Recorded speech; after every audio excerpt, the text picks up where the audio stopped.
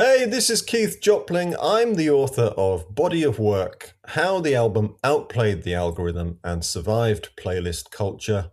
You're listening to the Your Morning Coffee podcast with two longtime friends, Jay Gilbert and Mike Etchart. Weekly music news for the new music biz. From our friends at Luminate, the 2025 Year-End Music Report.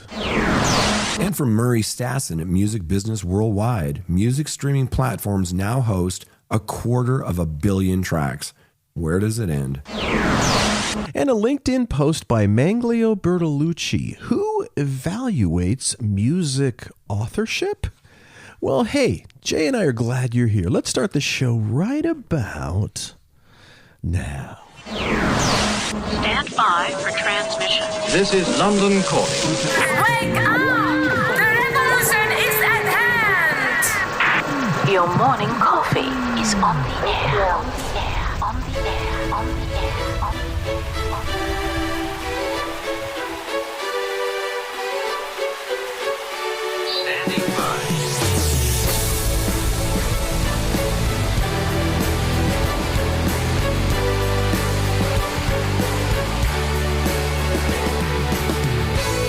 Your morning coffee, the weekly music news for the new music business.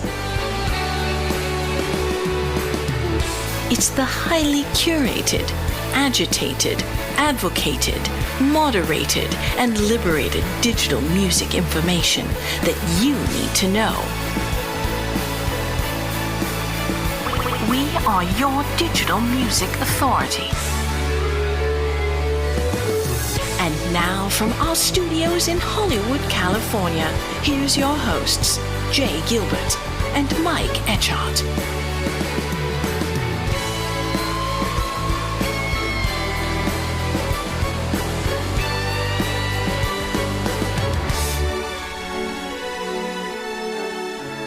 Well, Jay, so good to see you, my friend. So Good to see you see today. you.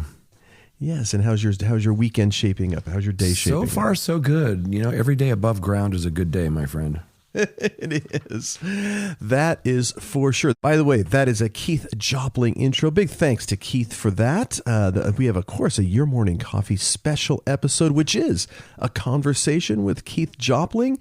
Keith is a longtime music industry strategist, podcaster, and author of the forthcoming new book, Body of Work, How the Album Outplayed the Algorithm and Survived Playlist Culture. And that book is out February 10th. I'm really looking forward to that. That's I read very it. Cool I concept. really enjoyed it. Enjoyed the conversation. You know, we often read that the music business is a track-based economy, but after reading Keith's book, I'm not convinced that's entirely accurate. You know, Keith and I sit down to discuss consumer behavior, artist intent, release strategy, and how the album continues to flourish today. Right. Awesome. Well, a few pieces in the news this week that kind of caught our attention. The first one from Murray Stassen over at Music Business Worldwide. Spotify hikes price for premium subscribers in the U.S. and other markets. So the streaming giant is notifying users this month that monthly subscription costs will increase starting in February of this year, of course, 2026. In the U.S., monthly subscription costs will rise from $11.99 to $12.99. I think that's a good thing. The price adjustment comes roughly 18 months after Spotify's previous U.S. price hike. That was back in July of 2024, when the premium tier increased from $10.99 to $11.99. The move follows a pattern of international price increases that Spotify has implemented across multiple markets over the past year. That includes the UK, Switzerland, and Australia, and various markets across Europe, Latin America, and Asia Pacific. Yep. Another good piece by our friend Kristen Robinson over at Billboard. Bandcamp bans AI-generated songs in a first for major online music platforms. So Bandcamp says in a Reddit post that songs created wholly or in substantial part by AI are banned, including tracks using AI to mimic other artists or styles. Yeah, it's not clear how Bandcamp will determine which songs use AI substantially and which don't. A spokesperson for Bandcamp hasn't replied to Billboard's request for comment on the specifics of this new rule, but we will keep you posted. We will indeed. A very interesting post by Mandy DeLugdug over at Music Business Worldwide.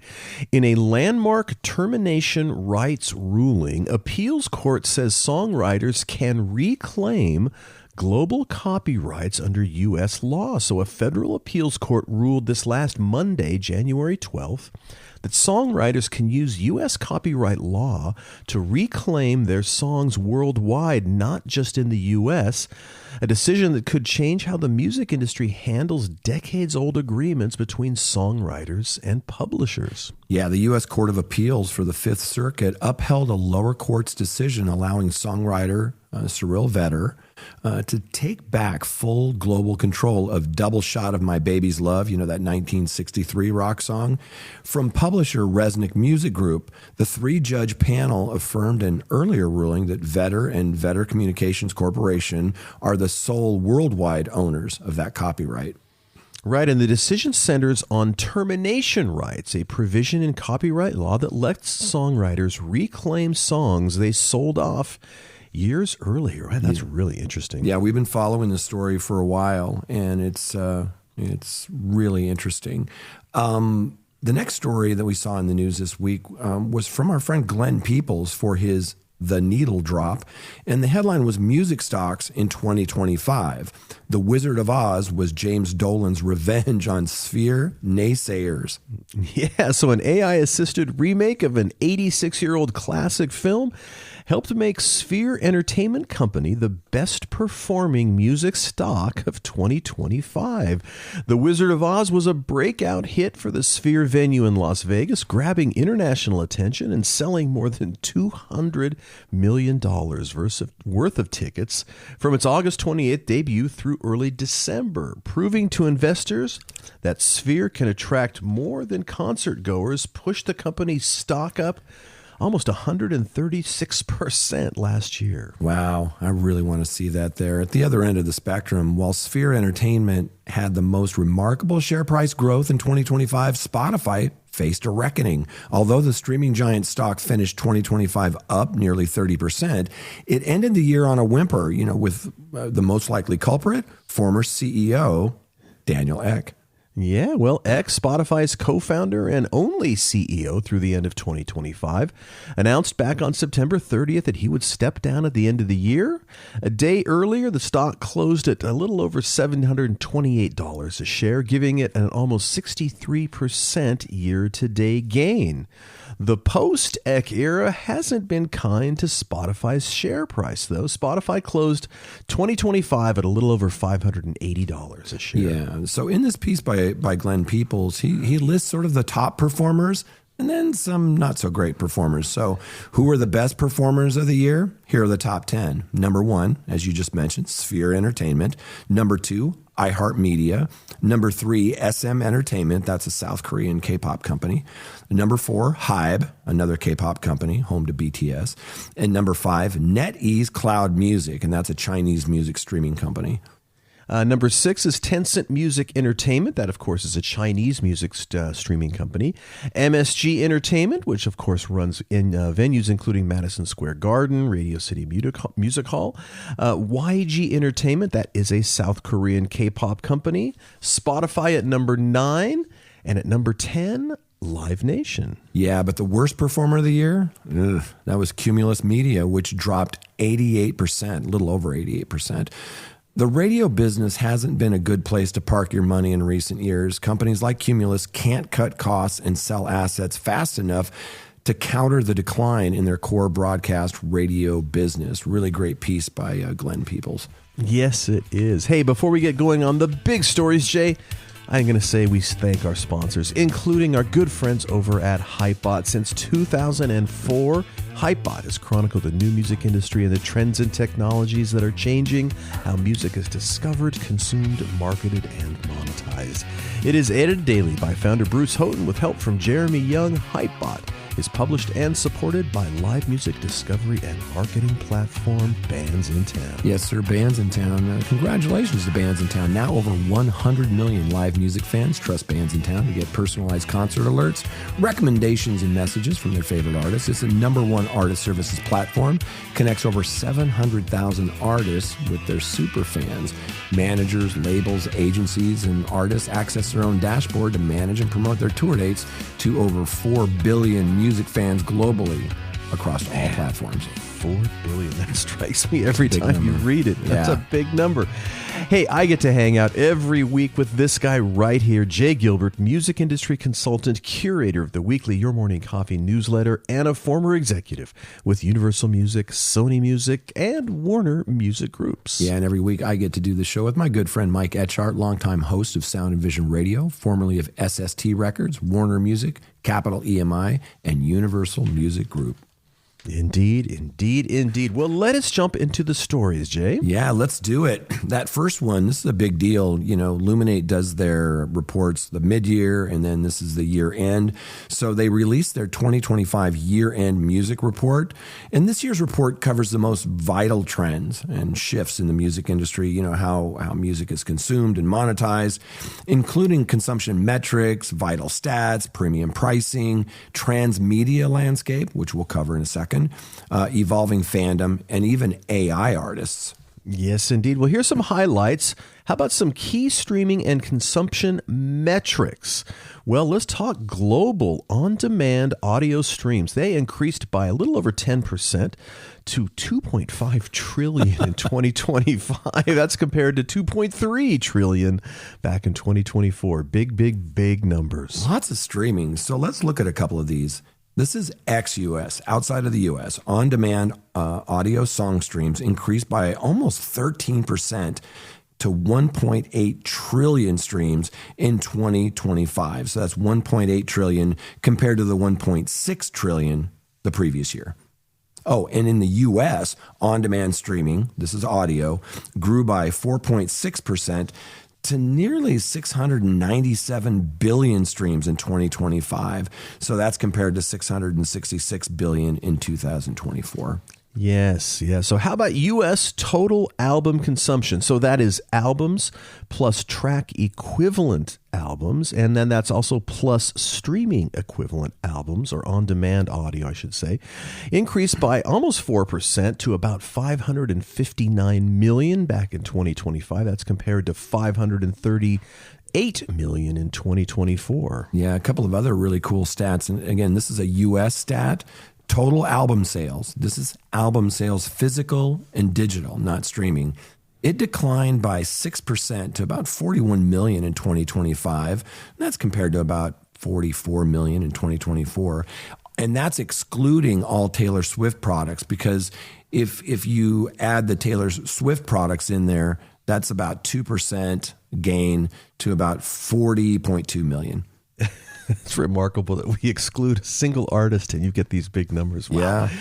Yeah. Physical album sales, well, they declined by a little over 3% to 34.2 million. Again, excluding all Taylor Swift products, it rose by 5.5% to almost 32 million. Digital album sales, though, declined by almost 18% to 6.8 million. Yeah, let's look at streaming. So streaming accounted for 92% of U.S. music consumption in 2025. Top 10 U.S. core genres, and this is on-demand audio streaming. Number 1, R&B hip-hop. Number 2, rock. 3, pop. 4, country. 5, Latin. 6, dance electronic. Then it goes to Christian gospel, which moved to 7th. World music, children's, classical. And the highest growth genres for on-demand audio, rock, Latin, country, Christian gospel, and blues. And what about U.S. subgenre growth by volume change? Alt rock leads, followed by regional Mexican, R&B, hard rock, and Christian. U.S. current music, that's of course 18 months old or newer. On-demand audio, it declined by a little over 3% in the first half of 2025. Yeah, in their next section, which is Future in Focus and AI, Cross-platform performance, and this is what they call transmedia, and we'll talk about that in a little bit more detail in a second. Artists like Lisa from Blackpink leveraging TV roles, HBO's White Lotus, to introduce music to new audiences and drive lifestyle engagement, like travel. Right. So generative AI for music creation. Check this out. 1 in 3 U.S. music listeners are comfortable with generative AI creating song instrumentals, with younger audiences more comfortable. Yeah, and 44% are uncomfortable with AI creating new original songs performed by an AI voice. But fans of genres like EDM and K-pop, they're a little more open to it. And Mike, Music Business Worldwide, Murray Stassen over there had an interesting take on this same report. Their headline was music streaming platforms now host 250 million tracks. Where does it all end? So there were 253 million music tracks sitting on audio streaming service at the close of 2025. Yep. Over 250 million. That is some milestone. So according to new data from Luminate's new annual report, that was up by almost 38 million tracks year over year. That's an average of 106,000 uploads per day. Yeah, most of that music was far from popular, though. Almost half of the 253 million audio files hosted by audio platforms received fewer than 10 streams last year. Almost 3/4 of it, that's 73%, received fewer than 100 streams in the year. And nearly 9/10, 88%, received fewer than 1,000 annual streams. And Mike, you and I always talk about that. The reason that's important is Spotify is now not paying on tracks that haven't received at least 1,000 streams in the last 12 months. And last year, 88% had 1,000 or less. Wow. Well, we're obviously a long, long way from Apple's promise to deliver 1,000 songs in your pocket with the iPod back in the last century. As AI-generated music proliferates, are we now just a few short years from the likes of Spotify hosting 1 billion songs in your pocket? And wouldn't such a tidal wave of content inevitably swamp digital services while hurting artists, songwriters, and the perceived value of music amongst consumers? 1 billion songs in your pocket. That's crazy.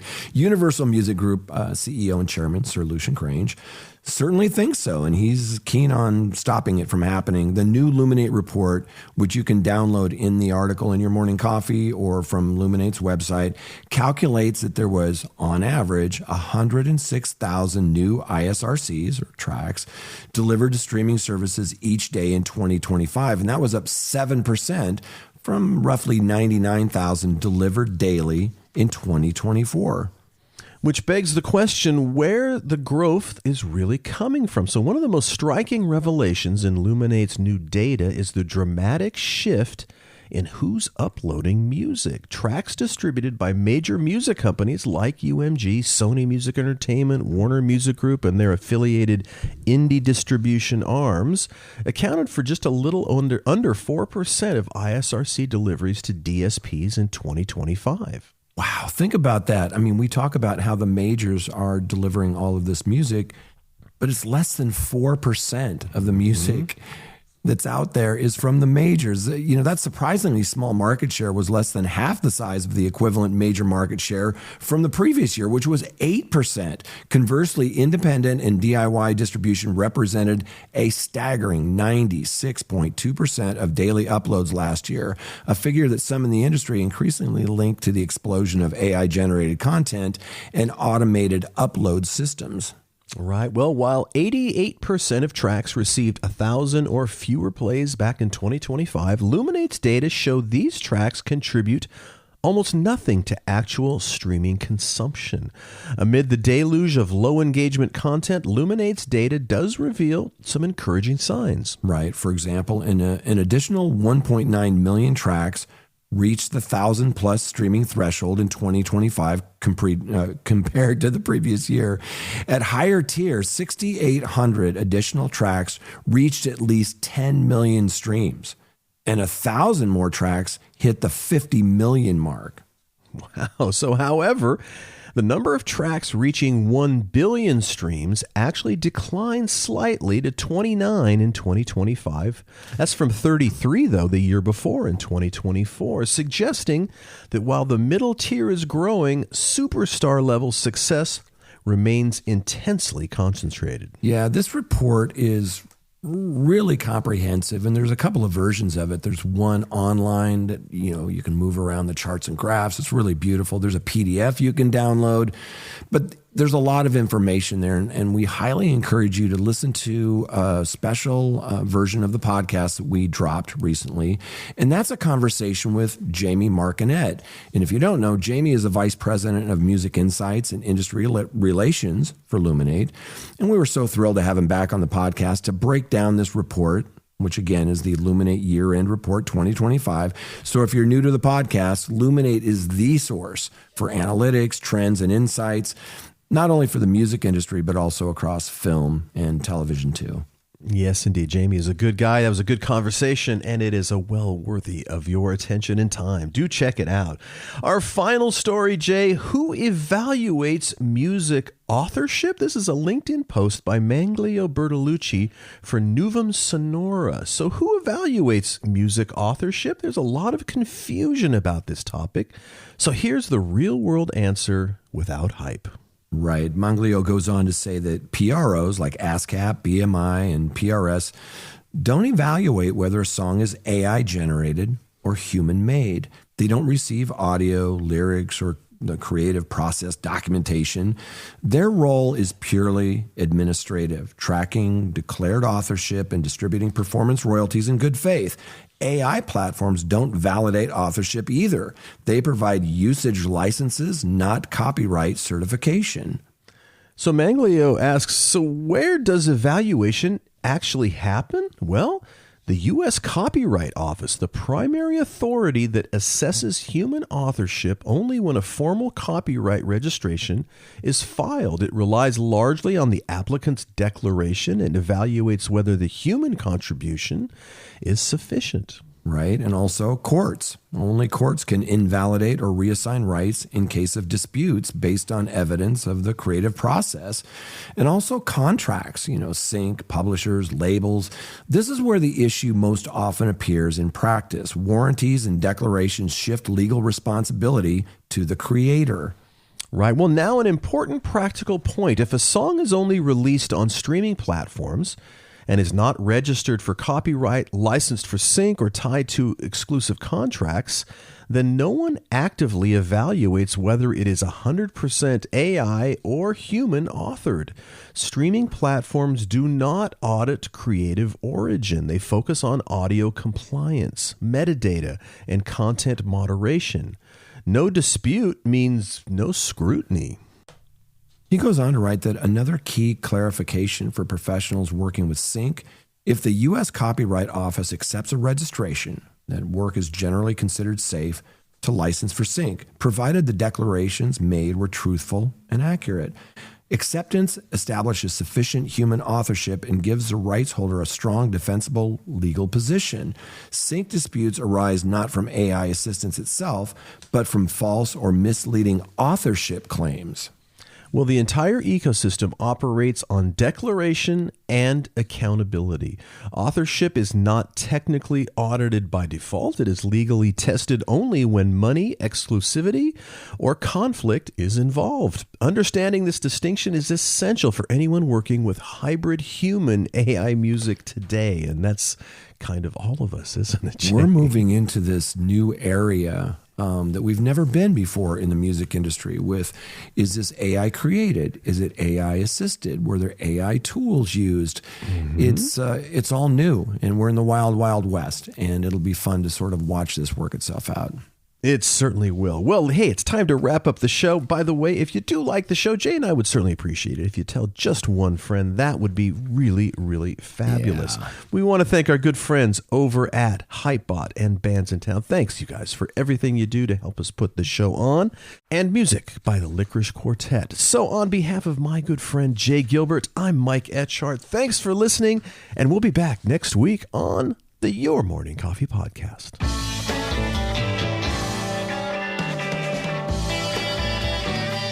You've been listening to Your Morning Coffee, the weekly music news program for the new music business.